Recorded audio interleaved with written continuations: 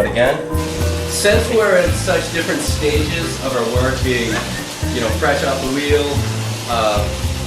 bone dry, in the bisque,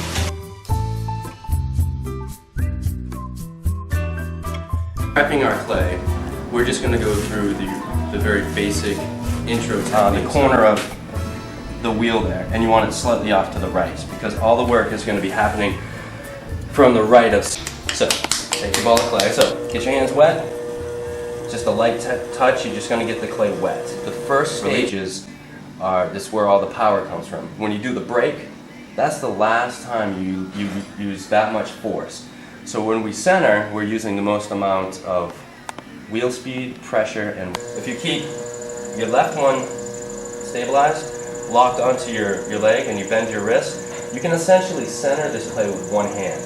Your right hand is there to sort of smooth out the backside and keep everything happening. If your arms are up and away like this, the clay has a tendency to toss you around. The clay will only do what you tell it to. So get your wheel going at a moderate to fast speed. If your wheel feels like it's too out of control, it probably is. A lot of times people will turn the wheel on and then they'll take their foot away. I always fluctuate my wheel speed throughout the whole throwing process. This is way too slow. I might need to speed it up, but halfway through the process I might need to slow it down. So I always keep my foot on the pedal. And some of these pedals are kind of old too, so they'll slowly start to drop and then your wheel spins out of control. So get used to the wheel, the pedal. So now we're going to cone this up and then I'm going to bring it down. Wheel going at a moderate to fast speed, left elbow locked onto my left leg, bend my wrist, drop my hand here. First I'm going to show you how you can center with one hand. See how it pulls away from my finger? Visually you can tell this is off center. If you put your hands here, it goes thump, thump, thump. You can tell it's not on center. Bend your wrist, get your wheel going, lock this arm in, drop your left thumb over the top. I'm going to press towards 1 o'clock gently, and as long as this hand is wet, it can stay there all day. The form of my hand, my right hand, left thumb comes over, my right fingers come in, and just clean it up. You release the pressure, and you take your hands away. Now that's on center. However, I'm going to cone it up now, then bring it back down for those techniques I was just talking about. So, again, lock your left hand, bend your wrist. You take your right hand, start off of the piece, bring it in. You're going to press in with this part of your hand and roll them up at the same time. It's going to take a few times to do it. Press in, you feel the clay start to move. Drop your thumb over the top, and you bring it up and all the way up and off of the piece. Now the reason why I drop my thumb over there as I'm bringing it up is because the clay wants to cave in on itself like a volcano, and after you do that a few times you'll have a hole, and then when you go to bring it down it'll capture air and then it'll force air into your clay. So try to keep that thumb over the top, keeping it flat as you're coming up. Coning up is kind of a tricky technique, and it doesn't have to be perfect. So I start down here with by my little fingers, and I roll my hands in, drop that thumb over the top, and I bring both hands up and off the piece. Get them wet. Always get them wet after every movement. Once the clay starts to become tacky or sticky or dry out, you need to release the pressure, get your hands wet, come back to it. Because if you don't, the clay is going to stick, tear off, knock off center, all of those. So as soon as it gets tacky, release the pressure.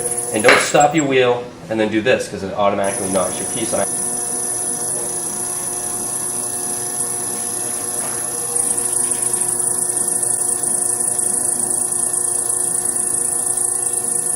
Okay, get both hands wet again, right down to your wrists.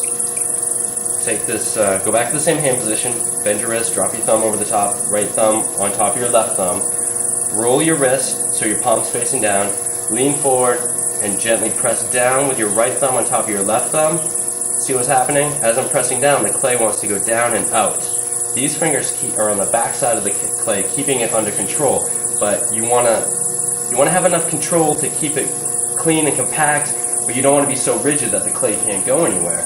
You want to go with the clay. You want to keep your hands there, but allow the clay to come out, because if you don't, the clay is going to force up over here. It's going to stick, knock off center, and rip.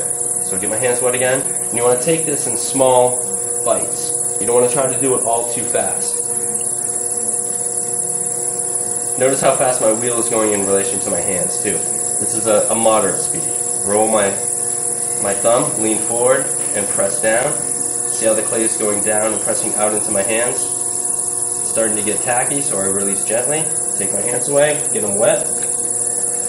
Go back to that same hand position.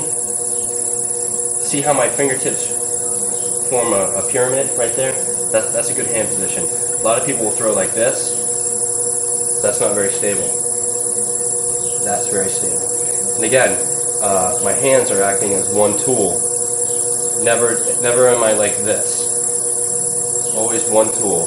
Much more stability. Right thumb rolls over, presses down on top of your left thumb. Press down. And you release gently. And that's what you're looking for. You're looking for. So, you stop your wheel, you grab your needle tool, you put it right in the center, you run your finger down to the floor, and you pull it out. That's a decent floor. That's about how much you want for a base. I like to go a little bit thicker, you know, about something like barely touch the clay, but let it hit your hand. Boom, knocks you right back on center. Why?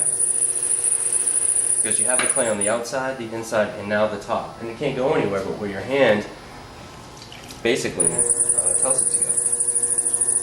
So now we've opened it to a good opening.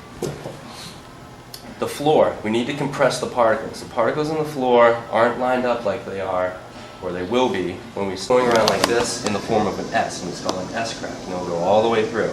So we have to calm these down, we have to compact them. So, get both hands wet. This is how I do it, but you take 2 fingers of your right hand, get them wet, start thinned out that section of the piece enough. So you're going to have different thicknesses. Do this 5, 6, 8 times, back and forth, light pressure. If you press too hard, you're going to get this big rut, this big groove, and your hand's going to start to jump, and it'll be very hard to even that out. So start with a light touch with everything, and then if nothing's happening, give it a little bit more pressure until you find that happy medium of, oh, that was too much, or this isn't enough. So now we've compacted the floor, the base, and we're good to do our first pull. Some people don't pull this way initially, but this is a fair amount of clay, and we're trying to move the majority of it up first, and then we're going to come over and do just the subtle techniques of pulling. The great thing about this first pull is it incorporates the exact same hand movement that we just did to knock it on center and open it a little bit more. So you load your sponge up, get your left hand wet, get your wheel going, drop your left thumb on the outside, index fingers on the inside. Right hand with your sponge full of water touches your left hand, little finger rides on that lip throughout the whole pull. If your little hand comes off and you're pulling, your lip at the top will be wavy. Don't get frustrated with this. And the water is just a light touch. When you get to the lip, it's less and less pressure, but you're still adding water, still moving your hands up, barely touching the clay now, the lip, adding water, barely touching it, releasing super gently, but I pull right off the piece. Same thing. This is the same as, a bigger movement here. So again, I have my hands on the outside and the inside, and my little finger on the top. Hands up, or mop the water out this way, always while the wheel's going. It'll keep everything nice and crisp and clean. And let me just check my wall thickness, and I'll show you what we're going to do with these initially. Okay, I'm barely touching the clay, and I'm just riding my hands on the inside. I'm just, in my mind's eye, I'm trying to do the tactile, mental picture of how thick these walls are. You want them to be 1/4 of an inch thick. If they're any thinner, we won't be able to shape this at all. Everything is based off of the cylinder. Bottle forms, vases, crocks, mugs, even bowls. A bowl, you would start with a flared out cylinder, and the reason I don't show you bowls initially is because that's a bad habit to get into. It's very easy, centrifugal force wants to lay the clay out. It's very easy to push it out and down, but it's very hard to bring it back. So if you can start with a nice, tall, clean, 90-degree cylinder, you can do anything. The shaping is just the subtle like aspect after that. A little more than that, but if you can get this to here, you can throw anything. So now this is actually your three-dimensional sketchbook. Comes here, keep it locked on the wheel head, pull it towards yourself. Now you can pick the piece up and move it. It's a little too wet, you get finger marks on it, and dent it, and warp it, and distort it. So I like to dry it a little bit with a hairdryer. Or this is where you can take it off, put it over here to dry, and grab a fresh pad. Don't get married to these pieces initially. Go halfway through, wiggle the wire, and cut your piece in half. This is our three-dimensional sketchbook now. Here, you can see our wall thickness is pretty consistent and even. If it flares down too much here, you'll be able to see, oh, I could have done another pull. Or if it looks like this, you'd be like, oh, here I pressed too hard. And if it's really thick here, like I didn't press enough, I was trying to overcompensate, oh, here I pressed too hard again. You try to remember back to the amount of pressure that you pressed there and try to find where it was going good. The throw lines, the lines left by your fingertips, are nice and tight together here.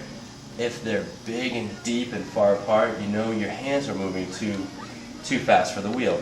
If the lip lies most of your clay getting here, and then you're gonna want to try to open it. And then once you have a bunch centered, whatever one survived, come back, just get your hands wet, and just reactivate the clay by riding your hands there, getting it wet, and then we can work on the opening technique again. Okay?